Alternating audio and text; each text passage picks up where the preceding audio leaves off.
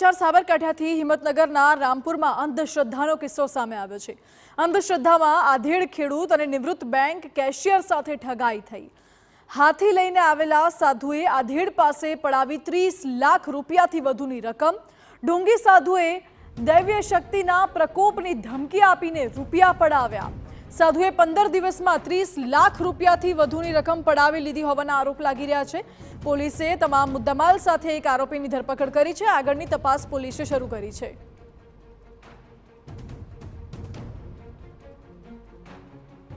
ઉલ્લેખનીય છે કે હાથરોલ પાસે પરિવાર સાથે ગાડીમાં પસાર થતા આધેડને સાધુએ રોક્યા હતા।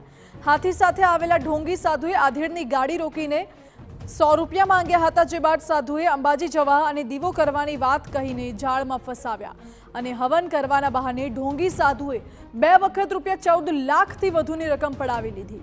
જો કે હાલ તો પોલીસે એક આરોપીને પકડીને તમામ મુદ્દામાલ જપ્ત કર્યો છે। વધુ જાણકારી આપી રહ્યા છે સંવાદદાતા અવનીશ, ફરી એકવાર અંધશ્રદ્ધાનો કિસ્સો સામે આવ્યો, શું છે પૂરી વિગતો? વાત કરવામાં આવે તો હિંમતનગર તાલુકાના હાથરોલ નજીક આ જે સાધુઓ છે તે હાથી સાથે મળ્યા હતા। એક વૃદ્ધને તે પરિવાર સાથે વૃદ્ધ જે છે તે પોતાના ઘરે પરત જઈ રહ્યા હતા, તે દરમિયાન રસ્તામાં મળ્યા હતા।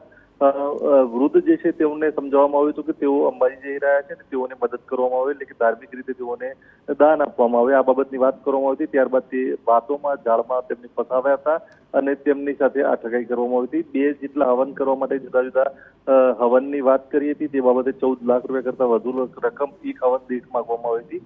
આમ 2 હવનના 30 લાખ રૂપિયા જેટલી રકમ જે છે તે આ વૃદ્ધ અને તેમના પરિવાર સાથેથી મેળવવામાં આવી હતી અને ત્યારબાદ તેમની સાથે છેતરપિંડી કરવામાં આવી હતી। પોલીસે હાલ તો એક આરોપી જે છે તેને લઈ પૂછપરછ હાથ ધરવામાં આવી છે અને અન્ય જે તેમની સાથે સંકળાયેલા છે તેમની પણ ધરપકડ કરવા માટેની કાર્યવાહી શરૂ કરવામાં આવી છે।